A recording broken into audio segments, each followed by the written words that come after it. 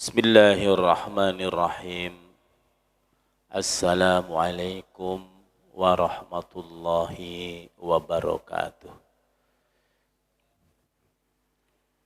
Alhamdulillahilladzi hadana lihadza wa ma kunna linahtadiya laula an hadanallah. Asyhadu an la ilaha illallah wahdahu la syarikalah wa asyhadu anna Muhammadan abduhu wa rasuluh.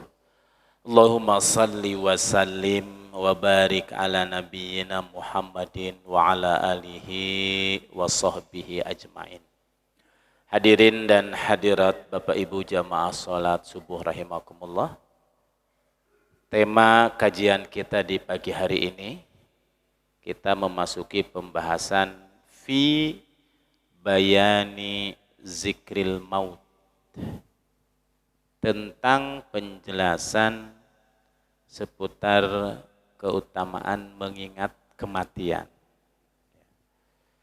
Tema ini tema yang sepertinya sebagian besar tidak menyukainya. Karena berbicara tentang sesuatu yang mungkin sebagian besar kita termasuk saya di dalamnya itu belum siap. Saya ingin nanya, ada Bapak Ibu semua yang di sini sudah siap mati? Coba angkat tangan. Enggak ada. Karena memang kita belum siap. Belum siap bekalnya. Tapi siap gak siap, Bapak Ibu, yang namanya kematian itu pasti. Gak usah ditunggu-tunggu, pasti tiba. Kalau sudah tiba masanya. Al-Quran surat Ali Imran. Allah Subhanahu wa taala mengingatkan, A'udzubillahi minasyaitonirrajim. Kullu nafsin dha'iqatul maut. Setiap yang bernyawa itu pasti akan menghadapi kematian. Saya, Bapak, Ibu semuanya, anak, istri kita, tetangga kita semuanya. Kalaupun kita lari dari kematian itu, kata Allah, walau kuntum fi burujim musyayyadah, lari bersembunyi di balik benteng, kita tidak akan bisa menghindarinya. Nah, oleh karena itulah Bapak Rahimahkumullah, tentang kematian itu pasti. Yang perlu dihiraukan dan perlu kita gelisah, kata para ulama itu apa Bapak Ibu? Kita nggak tahu dalam keadaan seperti apa nanti kita mati. Ada orang yang mati sedang sujud salat. Mungkin Bapak Ibu pernah melihat ya. Orang sedang sholat, sujud, gak bisa bangun lagi. Ada orang yang sedang baca Quran.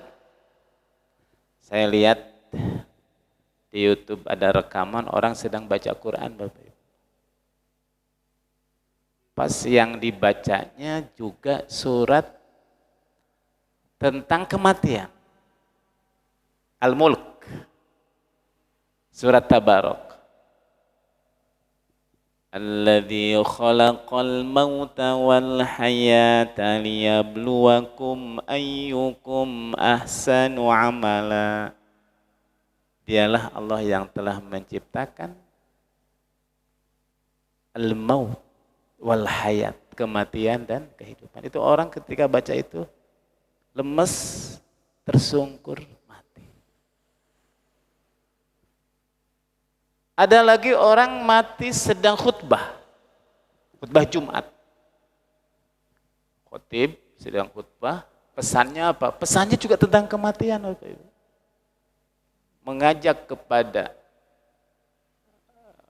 kaum muslimin untuk mempersiapkan diri menghadapi kematian. Khutbah pertama selesai, duduk istirahat, gak bisa bangun lagi. Subhanallah. Tapi ada juga orang yang mati sedang balapan motor, sedang berjudi lagi gitu kan.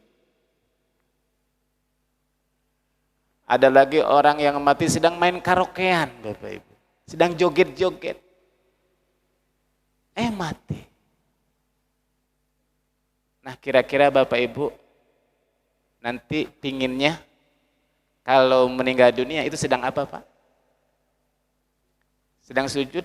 Coba angkat tangan, siapa yang pingin mati sedang sholat, sedang sujud, angkat tangan. Subhanallah, saya juga pingin. Bapak Ibu. Sedang baca Quran. Tapi kita nggak tahu.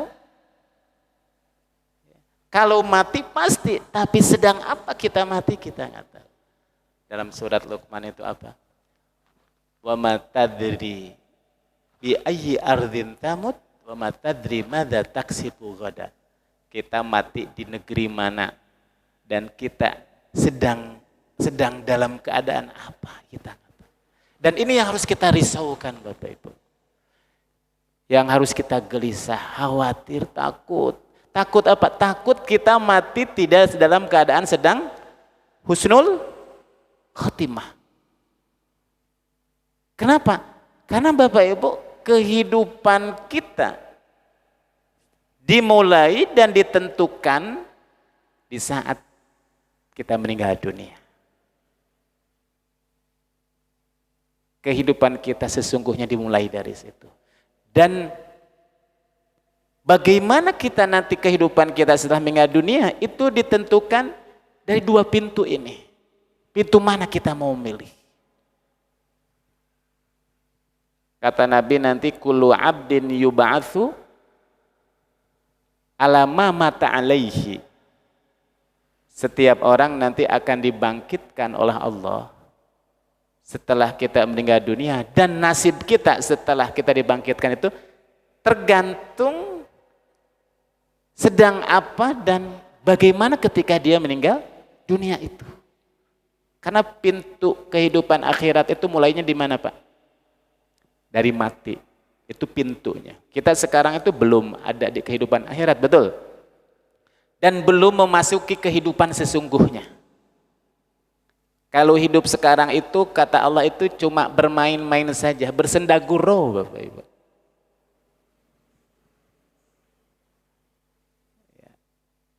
Kehidupan yang menipu. Kenapa Bapak Ibu?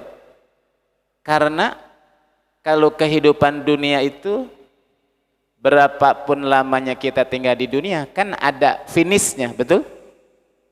Ada berakhirnya Bapak Ibu. Kapan berakhirnya? Ya paling banter kata Nabi.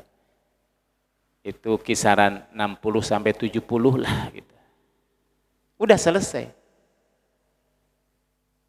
Nah setelah itu, disitulah kita mulai kehidupan sesungguhnya. Kenapa? Karena setelah hidup yang kedua ini nggak ada matinya lagi. Kholidina fiha abadan abadan. Hidup selama-lamanya. Makanya kalau kita di dunia itu, kata para sufi itu, jangan sibuk dan habis-habisan untuk dunia.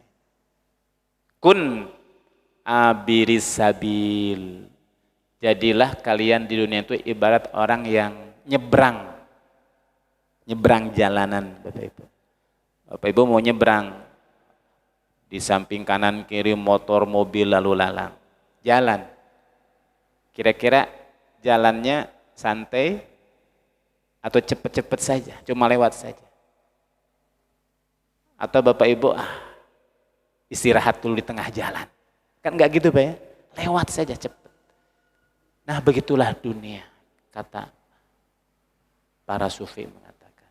Tapi banyak orang yang tertipu dengan dunia. Makanya Allah menyebutkan mata'ul gurur wa mal hayatud dunya illa mata'ul gurur. Kehidupan dunia itu memang banyak menipu orang. Bal tu'thirunal hayatad dunya wal akhiratu khairun wa abqa. Banyak orang yang tu'thiruna, mementingkan, tos-tosan, habis-habisan untuk mendapatkan kenikmatan dunia, sementara dia lupa tujuan sesungguhnya. Ya. Lupa tentang kehidupan sesungguhnya. Nggak pernah merencanakan, nggak pernah membuat planning, nggak pernah mempersiapkannya. Biasa-biasa saja. Tapi kalau untuk mengejar dunia itu di planning. Sekarang tahun ini, tahapannya apa? Targetnya tahun ini apa? Gagal yang satu, cari cara yang kedua. Bapak Ibu Allah. Nah, agar supaya kita tidak terlena dengan kehidupan dunia, Bapak Ibu, dan lupa akan tujuan kita sesungguhnya, maka salah satu di antaranya para ulama, para sufi, para aulia mengajarkan kepada kita di antara sela-sela waktu yang kita miliki dari 24 jam itu apa Bapak Ibu? Sesekali memperbanyak mengingat kematian. Apa manfaatnya? Kita lihat Bapak Ibu penjelasan. Imam Al-Ghazali mengutip sebuah hadis, qala Rasulullah sallallahu alaihi wasallam, ikthiru min zikri hazimil lazat. Perbanyaklah oleh kalian mengingat pemutus kelezatan, pemutus kenikmatan. Jadi perintahnya itu justru harus sering Bapak Ibu. Harus sering. Iksiru. Perbanyak oleh kalian. Makanya sesekali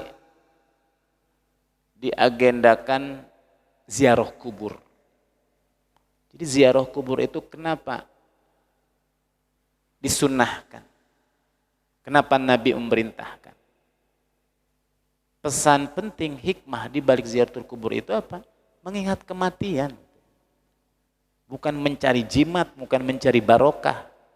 Bukan minta-minta supaya cepat dapat jodoh. Bisnis cepat lancar, bukan. Mengingat kematian. Mengingat nanti nasib kita kalau sudah meninggal dunia seperti penghuni kubur itu. Agar kita ngambil pelajaran. Yang kedua, menyampaikan doa buat penghuni kubur. Itu pesan penting. Maka apa? Ziarah kubur itu sunnah hukumnya. Perbanyak. Maksudnya Pak, taghussu bi zikrihil lazat. Keruhkanlah ya, kelezatan itu dengan mengingat kematian. Hatta yanqati'a rukunuhum ilayya. Sampai kemudian kita ini yanqati'a memutuskan untuk kita tenggelam dalam kehidupan dunia yang menipu ini. Muncul semangat, muncul keinginan untuk memperbanyak bekal kita di saat hidup setelah kematian.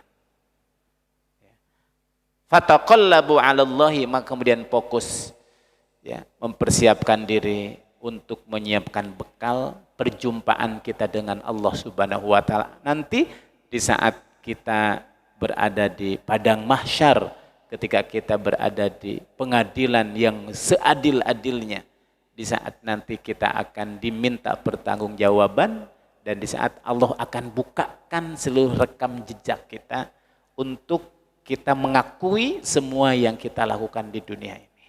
Nah, di situ kira-kira kita sudah punya jawaban belum? Bahkan Nabi berkata, "Lau ta'lamul bahaim minal maut," kalau seandainya hewan-hewan itu tahu tentang kematian, ma ya'lamu ibnu Adam, seperti yang diketahui oleh anak cucu Adam, ma akaltu minha saminan, kalian wahai manusia tidak akan mau makan gemuknya daging hewan-hewan itu. Artinya Bapak Ibu, kalau hewan itu tahu bahwa setelah kehidupan ini ada kematian dan kemudian akan dibangkitkan lagi. Seperti yang diketahui oleh manusia, hewan itu mungkin gak ada yang gemuk maksudnya Bapak Ibu. Kenapa? Dia memikirkan bekal hidup setelah kematian itu apa. Cuma yang namanya hewan, hewan kan gak diberikan oleh Allah akal, betul Bapak Ibu? Kan hewan itu cuma diberikan nafsu. Maka kerjaan hewan itu apa? Makan sekenyang-kenyangnya. Dan gak ada beban bagi hewan itu. Dan memang hewan gak bakal dibangkitkan lagi Bapak Ibu. Hewan hidup cuma sekali saja, mati yang mati. Kalau nanti ada hewan di makanan di sorga, daging-daging yang nikmat itu makhluk baru, bukan makhluk yang ada dulu di dunia. Nah hewan nggak memikirkan, karena nggak tahu, karena nggak ditaklif oleh Allah.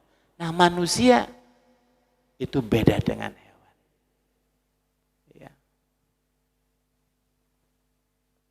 Wa qalat Aisyah, dan Aisyah berkata, ya Rasulullah, wahai Rasulullah, hal yusharu ma'a syuhada ahadun, apakah nanti ada salah seorang di antara hamba Allah ini di dunia yang nanti akan digolongkan, akan digabungkan, akan dibangkitkan dan dia nanti bersama rombongan para syuhada?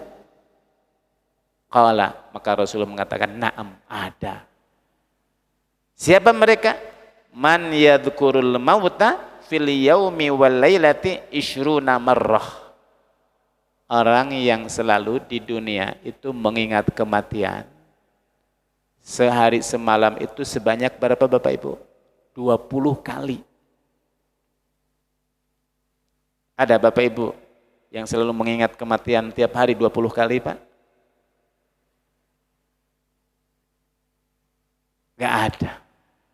Paling kalau kita ingat mati itu kalau ada sirine, nah, Pak Gunawan, oh ini RT berapa ya, gitu kan.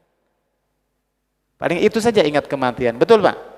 Itu juga baru, udah ada kematian, udah selesai gitu.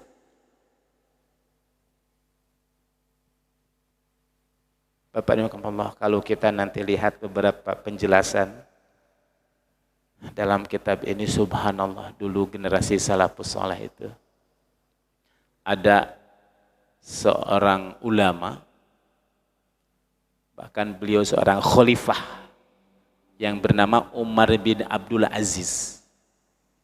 Umar bin Abdul Aziz yang terkenal dengan keadilannya, dia cucunya Umar bin Khattab yang mendapatkan gelar khalifah kelima. Padahal selama ini kita tahu khalifah itu ada 4. Tapi kemudian disebut khalifah kelima. Kenapa? Karena keadilannya. Seperti leluhurnya Umar bin Khattab. Bapak Ibu, kezuhudan, kesolehan Umar bin Abdul Aziz itu nampak. Beliau paling tidak sebulan sekali itu selalu mengundang para ulama untuk hadir ngaji, seolah-olah di depannya itu ada mayat. Mengingat tentang dahsyatnya kematian, kehidupan setelah mati, dan perjalanan orang setelah mati hingga sampai tujuan akhir dari kehidupan manusia, surga dan neraka. Dan pada waktu itu mereka menangis. Bahkan ada seorang ulama, seorang tabi'in dan tabi'ut tabi'in. Ya, saya lupa lagi namanya, nanti kita akan dapatkan. Kalau seandainya dia merasakan hatinya itu keras. Ingat hati itu Bapak Ibu ada yang lembut, ada yang keras. Kalau yang lembut itu sensitif, mudah renyuh. Dibacakan ayat Al-Quran, meneteskan air mata, nangis. Apalagi kalau seandainya dibacakan ayat-ayat tentang azab kubur, dahsyatnya hari kiamat, dahsyatnya neraka, bergetar. Sebagaimana yang disebutkan dalam Al-Quran surat apa Pak? Al-Anfal. Innamal mu'minuna alladzina idza dzukirallahu wajilat qulubuhum Wa idza tuliyat alaihim ayatuhu zadathum iman. Jadi orang beriman itu kata Allah apabila dibacakan ayat-ayat Allah, diingatkan kebesarannya, apa? Wajilat qulubuhum, bergetar hati, menangis. Sebagaimana seringnya menangis Rasulullah, Abu Bakar, Umar dan sahabat-sahabat yang lain. Tapi ketika hati ini keras, dibacakan ayat-ayat Al-Quran biasa saja, hambar. Sholat gak merasakan nikmatnya, lezatnya, kekhusyuan gak dirasakan. Itu pertanda hatinya itu apa? Keras. Kata Imam Al-Ghazali, ibuku, usahakan kalian nangis. Fa'ilam tabku, kalau gak bisa menangis juga, usahakan gimana caranya supaya bina menangis. Gak bisa menangis juga, fatabakau, nangislah, tangisilah. Engkau, ketika engkau gak bisa menangis, kenapa? Itu berarti musibah sudah melanda hatimu. Berarti hatimu itu tertutup oleh ron. Ron itu apa? Noda. Kalla bal rona ala qulubihim ma kanu yaksibun. Karena Imam Al-Ghazali mengatakan hati ini ibarat kaca, Bapak Ibu. Setitik dosa kemaksiatan yang kita lakukan akan menjadi noda dan menutupi hati ini. Satu titik, hingga hati yang mestinya bersih, bersinar seperti cermin, semakin bersih, semakin nampaklah gambaran yang ada dalam cermin itu. Ketika tertutup, hitam, maka hidayah itu nggak bisa menembus hati. Keras hati itu. Seperti kerasnya siapa Bapak Ibu? Orang-orang Yahudi, ahlul kitab. Alam ya'ni lilladzina amanu an takhsha'a qulubuhum wala takunu kalladzina utul kitaba min qablikum fatala alaihimul amad faqasat qulubuhum. Bukankah telah tiba masanya bagi orang-orang beriman itu hatinya harus semakin khusyuk, semakin tunduk, takut kepada Allah Subhanahu wa taala. Janganlah kalian seperti orang-orang Yahudi dulu. Semakin diberikan kehidupan yang lama di dunia, umurnya panjang, bukannya ketika semakin umurnya panjang di dunia itu semakin khusyuk, semakin dekat dengan Allah, tapi apa? Faqasat qulubuhum, hatinya semakin keras. Itulah orang-orang Yahudi. Kenapa? Diakibatkan karena rona, dosa-dosa yang mereka lakukan. Nah, ada seorang ulama ketika hatinya keras, Bapak Ibu, dia ngambil cangkul, itu di rumahnya menggali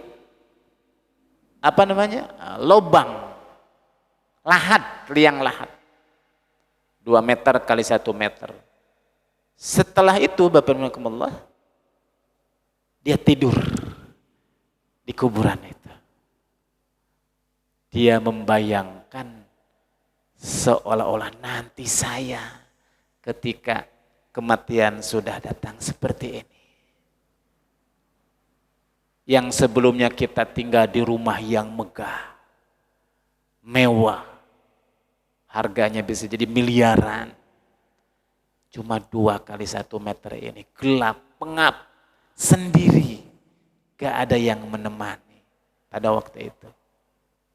Saudara-saudara kita, handai tolan kita, kata Nabi ada 3 yang akan mengantarkan kita. Saudara kita, kekayaan kita. 1 amal kita. 2 kembali yang akan menemani kita dulu. Nanti itu cuma 1, apa? Amalan-amalan kita. Baca Quran kita, sholat kita, dan ibadah-ibadah yang lainnya. Akhirnya apa Pak? Lembut hatinya, takut. Permasalahannya kita sudah siap gak? Nanti kalau seandainya malaikat datang merebuka, wa man nabiyuka, wa ma kiblatuka. Dan yang akan menjawab bukan lisan nanti. Apa? Amalan-amalan Bapak Ibu. Yang lalai, yang selama ini lupa mempersiapkan diri, mulai sadar. Bapak. Nah ini penting nanti diprogramkan. Jamaah takmir Masjid As-Salam seminggu sekali masuk ke dalam lahat di depan misalkan Bapak Ibu. Biar hatinya lembut. Setuju nggak? Ya, nanti Pak Gunawan khusus di depan ini. Yang hati-hatinya keras masuk tuh ke sana gitu kan. Saya ingat pernah dulu tuh ada program 7 hari menuju taubat. Di salah satu siaran televisi swasta Bapak Ibu. Sekarang sudah nggak ada. Dan itu diadopsi dari sebuah program di sebuah masjid, ada sebuah komunitas seperti itu, sebuah komunitas pengajian dan ustadznya memberikan semacam sebuah tarbiyah pengajaran dan ajakan bagi orang-orang yang selama ini lalai dengan dunia, jauh dari agama, lupa akan kewajibannya itu. Apa? Diundang Bapak. Penjudi, orang-orang yang mabuk, para pelacur, diundang. Digaji Bapak Ibu. Yang selama ini dia jadi wanita tunasusila, mungkin meninggalkan kerjaannya, dibayar Bapak Ibu. Khusus ikut 7 hari, 24 jam. Berikan pengajian, berikan pengarahan, disadarkan hatinya. Terakhir Bapak Ibu, pas hari terakhir, itu setiap peserta diberikan kesempatan untuk siap masuk ke keranda. Keranda tahu ya? Kalau orang Sunda bilang pasaran. Itu keranda yang biasa orang mati mau diantarkan ke kuburan. Terus apa Pak? Dibungkus kain kafan. Masuk, diikat gitu. Tapi nggak diikat semuanya Pak. Seolah-olah mayat. Masuk ke liang lahat. Diangkat keliling masjid. La ilaha illallah, la ilaha illallah gitu. Itu Bapak Ibu Allah. Banyak orang yang taubat Bapak Ibu. Nangis-nangis itu. Kenapa? Ingat kematian. Seandainya mereka itu memang dipanggil sementara hidupnya dalam keadaan lalai. Selama ini persiapan belum disiapkan. Akhirnya Bapak Ibu Allah banyak orang yang sadar. Taubat. Kenapa? Mungkin selama ini nggak pernah ingat tentang kematian ini. Sekarang dimasukkan ke dalam sebuah suasana seperti apa nanti kita akan meninggal dunia. Ada nggak Pak yang berani di sini masuk di liang di keranda? Nanti kemudian kita angkat deh, misalkan dari Selayur ke sini, misalkan itu. Siapa yang duluan, misalkan itu kan? Saya rasa nggak ada yang berani ya. Gitu. Ini penting Bapak Ibu. Ya, kalau dulu para ulama itu menggali kuburan gitu kan. Nah, kembali kuburan menggali kan lama tuh waktunya. Udah bawa keranda ke sini, masuk kita keliling di sini. Subhanallah. Dulu seperti itu. Ya. Nah, kemudian Bapak Ibu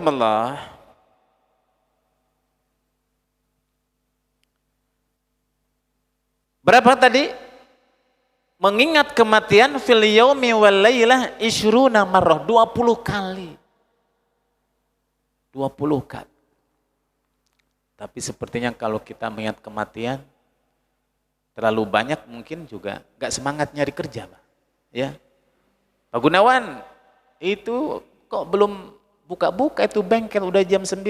Gak usah, besok mati Pak Ustaz. Lupa tuh duit, betul nggak Pak? Lupa kerja, takut. Sehingga ketika kalau kita ingat kematian tuh nggak berharga lagi, duit nggak berharga Bapak Ibu. Kesibukan itu ibadah yang kita siapkan, amal soleh yang kita lakukan. Tapi karena kita berada di dunia, betul Pak? Ya kita harus seimbang tetap Bapak Ibu.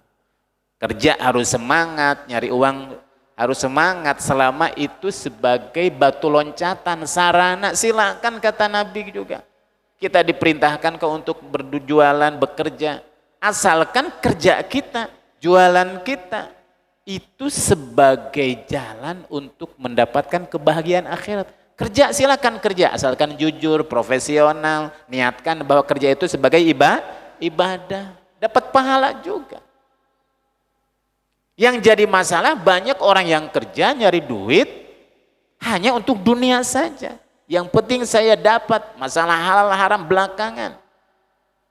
Ya, punya mobil yang satu pingin nambah lagi, punya Avanza pingin nambah Innova, Innova punya baru nambah Fajero, kurang lagi beli Robicon kan gitu kan. Terus rumah satu kurang satu sampai dia melupakan larangan dan perintah Allah Subhanahu wa taala. Itu yang tidak boleh. Kalla bal tuhibbunal mala hubban jamma. Kalla sekali-kali tidak. Ya. Bal tuhibbunal mala hubban jamma. Banyak orang yang mencintai dunia berlebih-lebihan sehingga dia lupa akan syariat Allah Subhanahu wa taala. Silahkan. Bahkan para sufi itu memberikan sebuah wejangan yang seimbang Bapak Ibu Allah. Agar kita satu sisi semangat mencari dunia, tapi jangan kebablasan. Apa? Kun atau i'mal lidunyaka ka'annaka ta'ishu abadan.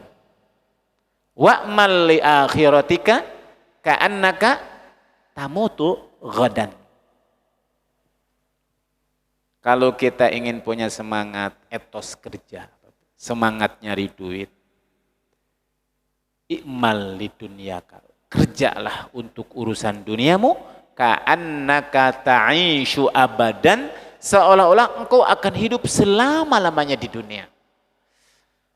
Lihat anak kecil, masih kecil, masa depan mereka masih panjang, butuh biaya, SD, nanti masuk SMP, masuk SMA, masuk perguruan tinggi. Saya harus bisa membiayai anak-anak.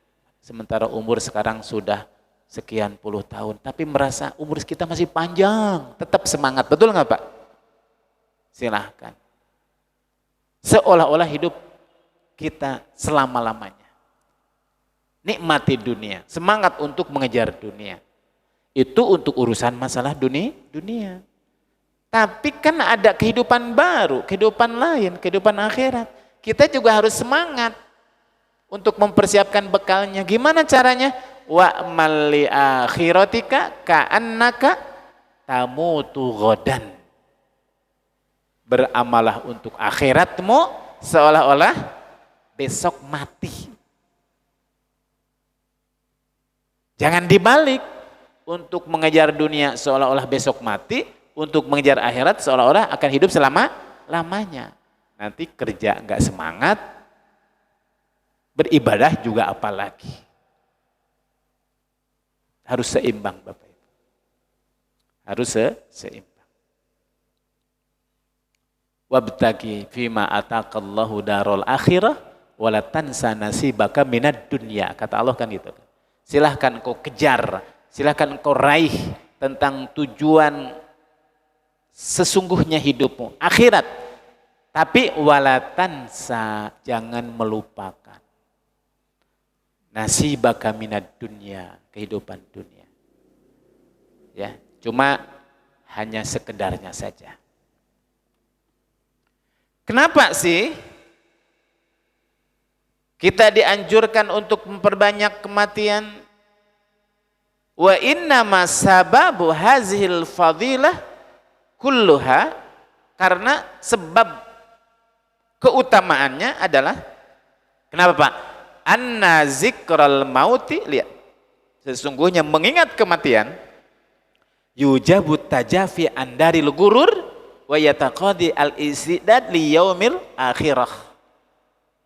Membuat kita menjauh, menghindar dari kehidupan dunia yang menipu dan membangkitkan semangat untuk mempersiapkan diri untuk menghadapi hari akhirat. Wal ghaflatu anil maut, lihat Bapak Ibu, lalainya kita dari mengingat kematian, tad'u ilal inhimaki fi syahwatid dunya, akan membuat orang tenggelam dalam kehidupan dunia. Coba Bapak Ibu, Ibu bisa bayangkan. Ketika kita berada di lingkungan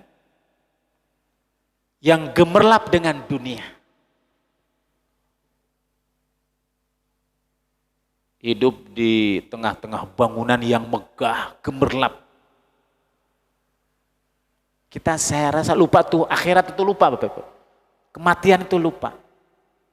Kita terpukau dengan kehidupan dunia.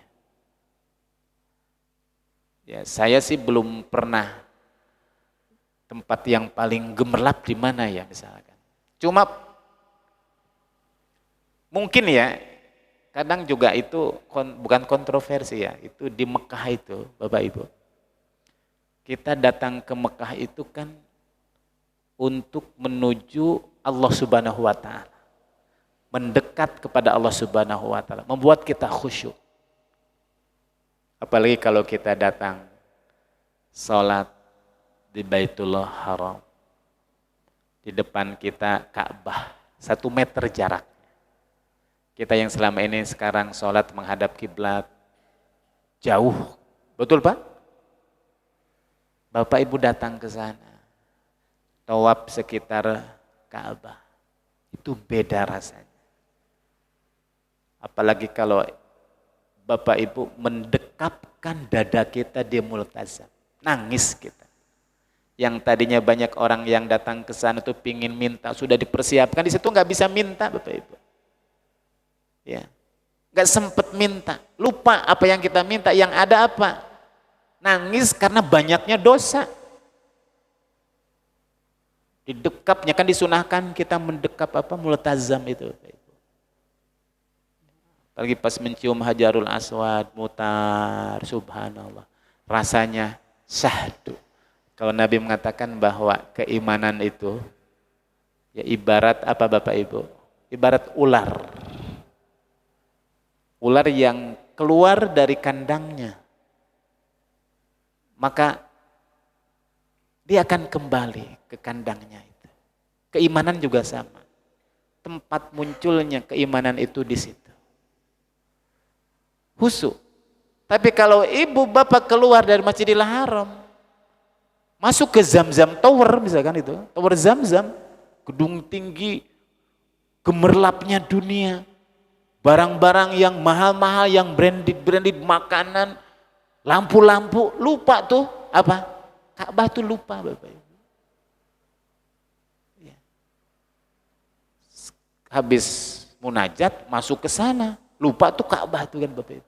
Kenapa? Dunia gitu kan. Makanya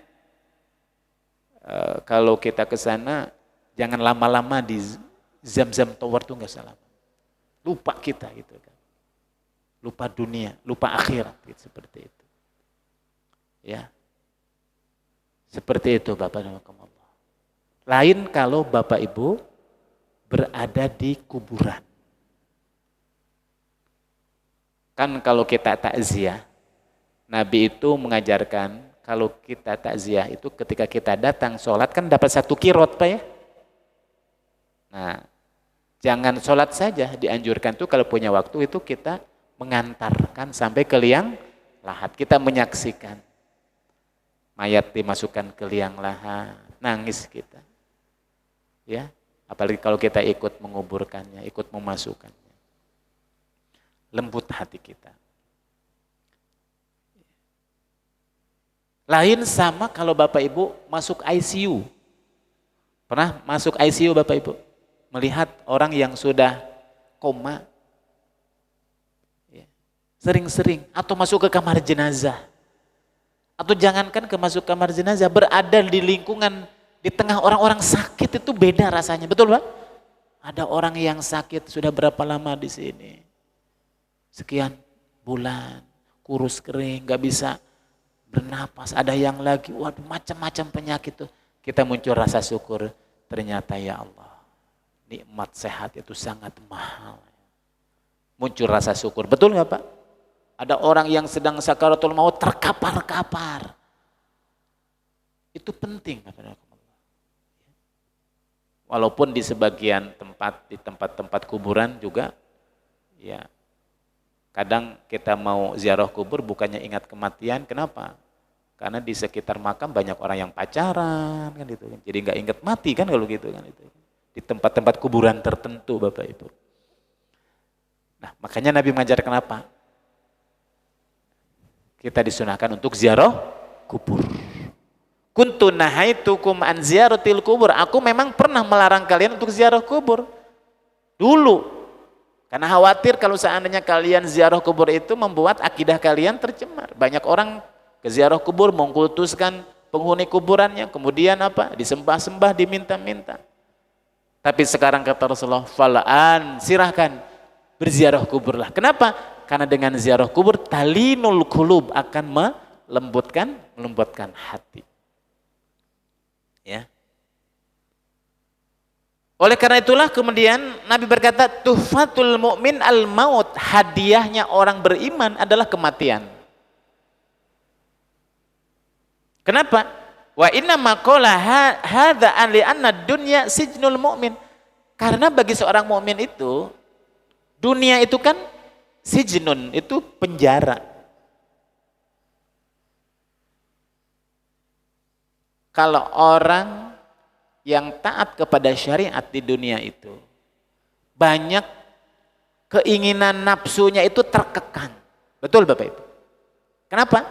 Karena tahu ini adalah haram. Di bulan Ramadan mungkin ya bagi orang yang nggak puasa menganggap hidup ini kok susah banget. Saya tuh nggak ada larangan, makan saja, minum saja. Tapi bagi seorang mukmin enggak. Ibarat kita sedang dalam penjara. Maksudnya apa? Nggak boleh kita makan, nggak boleh minum. Mungkin dalam beberapa waktu di saat di dunia merasa kita terkekang.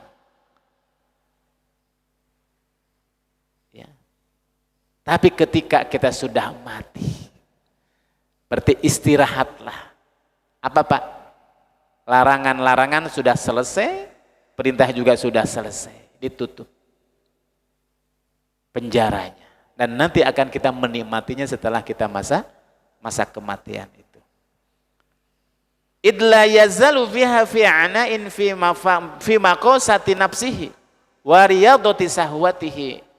Karena ketika kita di dunia itu kita sedang dilatih oleh Allah untuk apa? Olah batin, olahraga batin kita agar supaya tidak dibebaskan seperti bebasnya hewan. Setiap keinginannya dia dapatkan, kita dijaga.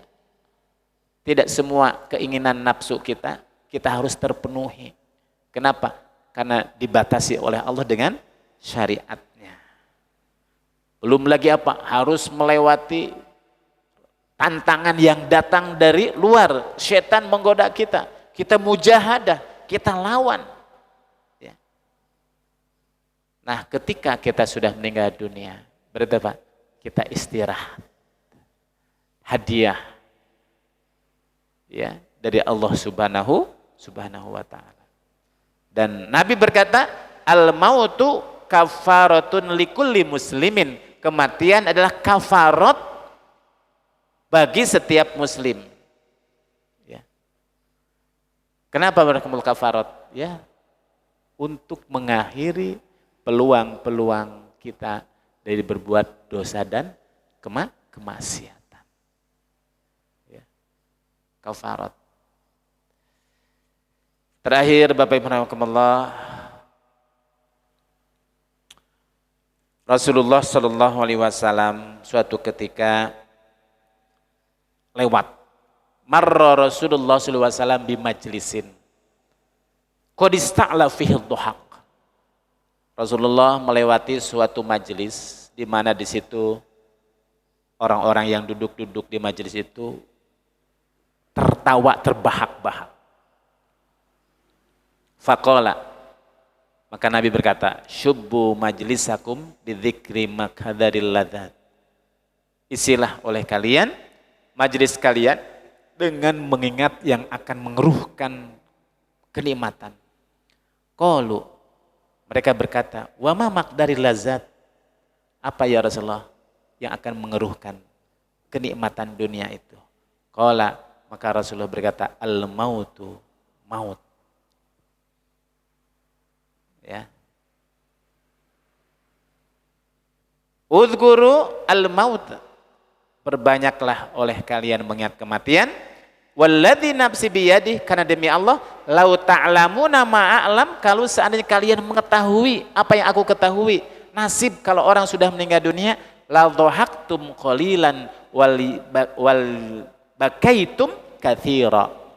Kalian akan apa Bapak Ibu? Sedikit tertawa dan kalian akan justru banyak menangis. Ya. Kalau kita tahu persis melihat gimana sih nasib orang yang sudah berada di alam kubur nanti. Bagaimana perjalanan dahsyatnya kita ketika di saat berada di padang mahsyar. Cuma ini kita tidak mengetahuinya.